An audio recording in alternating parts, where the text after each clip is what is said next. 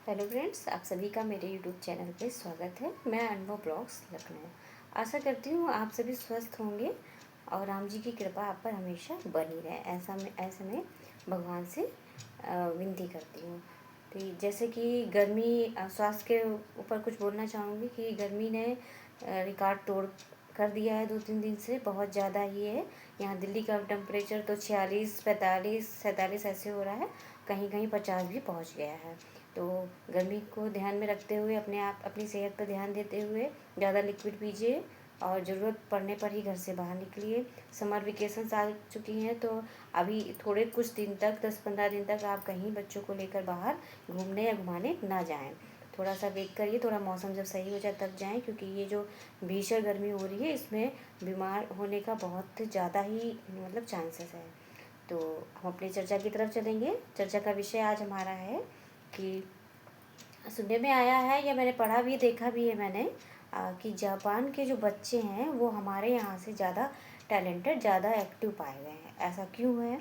ऐसा क्या है जो वो लोग उन्हें सिखा रहे हैं, या ऐसा वो हमारे यहाँ से वहाँ पे ज़्यादा कंपैरिजन में क्यों टैलेंटेड और होशियार हो रहे हैं? तो कुछ चीज़ों पे मैंने जानकारी ली है। जैसे कि मैं बताना चाहूँगी कि जैसे हमारे वहाँ क्या होता है, जो बच्चा जब छोटा होता है तो उसे 2.5 साल का होगा या 3 साल के पहले हम उसे स्कूल में डाल देते हैं। ऐसा करते हैं और जापान में भी ऐसा किया जाता है, बट वहाँ पे जो हमारे घर का माहौल जैसा होता है वैसा ही उनको स्कूल का माहौल भी दिया जाता है।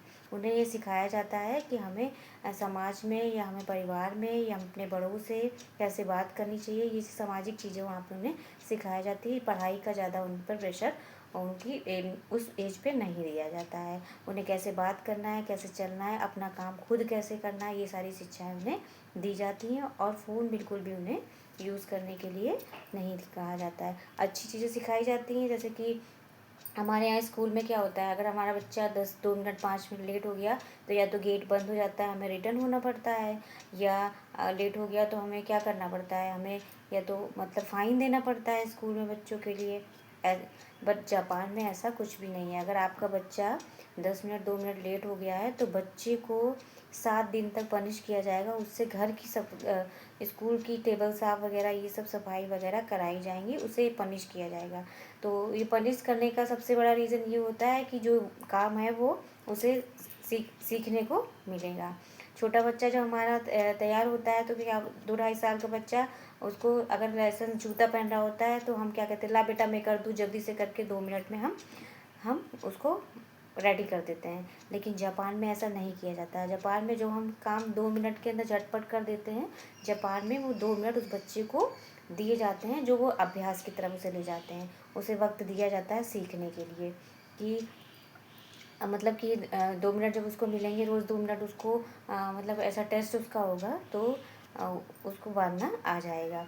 तो बहुत सी छोटी छोटी चीज़ें जो हमारी जेन्युइन चीज़ें होती हैं वो उन्हें बचपन से ही सिखाया जाता है। बचपन से कैसे किससे व्यवहार करना है, स्कूल में कैसे रहना है, घर के परिवार वाले लोगों से कैसे रहना है, ये सब चीज़ों पे ध्यान दिया जाता है। और जापान में खाना भी पौष्टिक खिलाने का ध्यान दिया जाता है।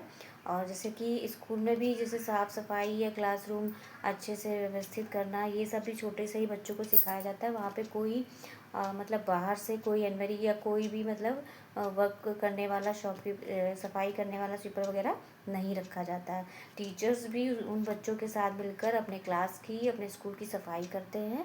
और इससे बच्चों को भी ना साथ में वर्क करने का मौका मिलता है और सीखने का भी मौका मिलता है। और एक साथ जुट के वो करते हैं तो उन्हें अच्छा लगता है। ये टॉपिक हो गया। दूसरा टॉपिक ये है कि जैसे हम अपने बच्चों को क्या करते हैं, टिफ़िन देते हैं। टिफ़िन में तरह तरह की वैरायटियाँ उनको बनाकर देते हैं, और अदर बच्चा कुछ और लाता है कुछ, तो कहीं ना कहीं इसमें हीन भावना भी आती है। पर जापान में ऐसा नहीं होता है। जापान में टिफ़िन बच्चों को लाना अलाउड नहीं होता है। स्कूल से ही उन्हें भोजन मिलता है और वही भोजन वो बच्चे भी खाते हैं, सारे बच्चे भी खाते हैं, और वही भोजन वो टीचर्स भी खाते हैं। तो इससे हमारी कहीं ना कहीं परिवार या समाज में एक समान रहने की, जैसे कि ड्रेस सबकी स्कूल में एक होती है तो कोई किसी को नहीं बोल सकता तुम्हारा ऐसा है या तुम्हारा वैसा है, ये हीन भावना नहीं आती। उसी प्रकार खाना भी स्कूल में बच्चों को एक समान दिया जाता है और उन्हें कोई भी मेंटली प्रेशर नहीं दिया जाता है।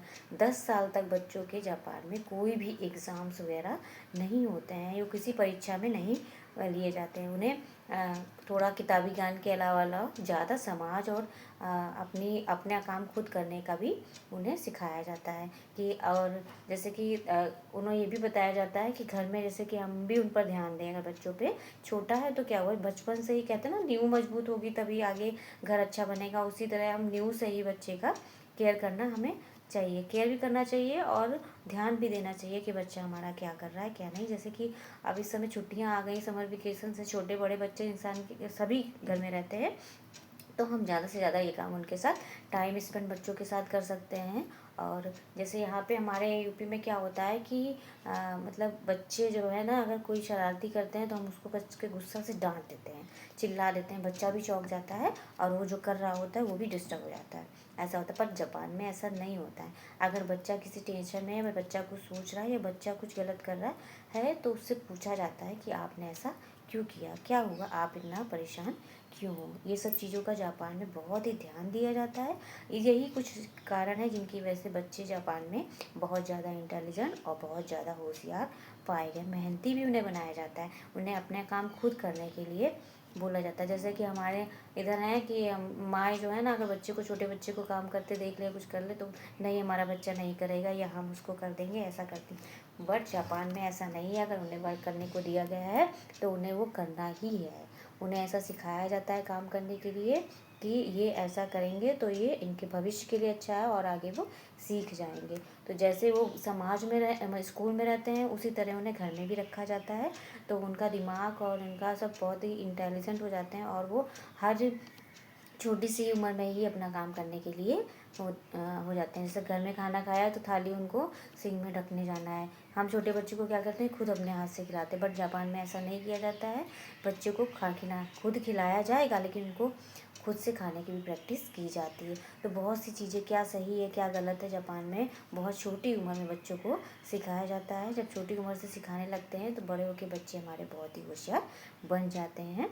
तो आई होप मेरी बातें आपको ये अच्छी लग रही होंगी, या आप भी जापान के बारे में अपने सर्च करके देखिएगा, जापान के वहाँ के लोग अपने बच्चों को कैसे रखते हैं और उन्हें कैसी शिक्षा देते हैं, और कोई भी उन पर मेंटली प्रेशर या किसी तरह का प्रेशर नहीं देते हैं। जैसे हम बच्चों की हर एक्टिविटी पे ध्यान दिया जाता है, वहाँ पे क्या गलत कर रहे हैं क्या सही कर रहे हैं, सब कुछ ध्यान दिया जाता है। मैं ये नहीं बोल रही हूँ कि ये सब वहीं अच्छा है। कुछ प्लस पॉइंट वहाँ अच्छा है, कुछ माइनस पॉइंट भी वहाँ पे होगा, और कुछ प्लस पॉइंट हमारे पास अच्छा है, कुछ माइनस भी होगा।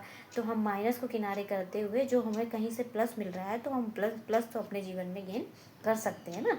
तो इसके लिए हम आपसे बोलना चाहेंगे, मेरी आपसे रिक्वेस्ट है कि आप जापान के बच्चों का कैसे उनका शोषण पोषण किया जाता है उस पर ध्यान दीजिए, ज़रा पढ़िएगा, और अपने बच्चों के साथ भी आप उससे भी बेस्ट करके देखिएगा।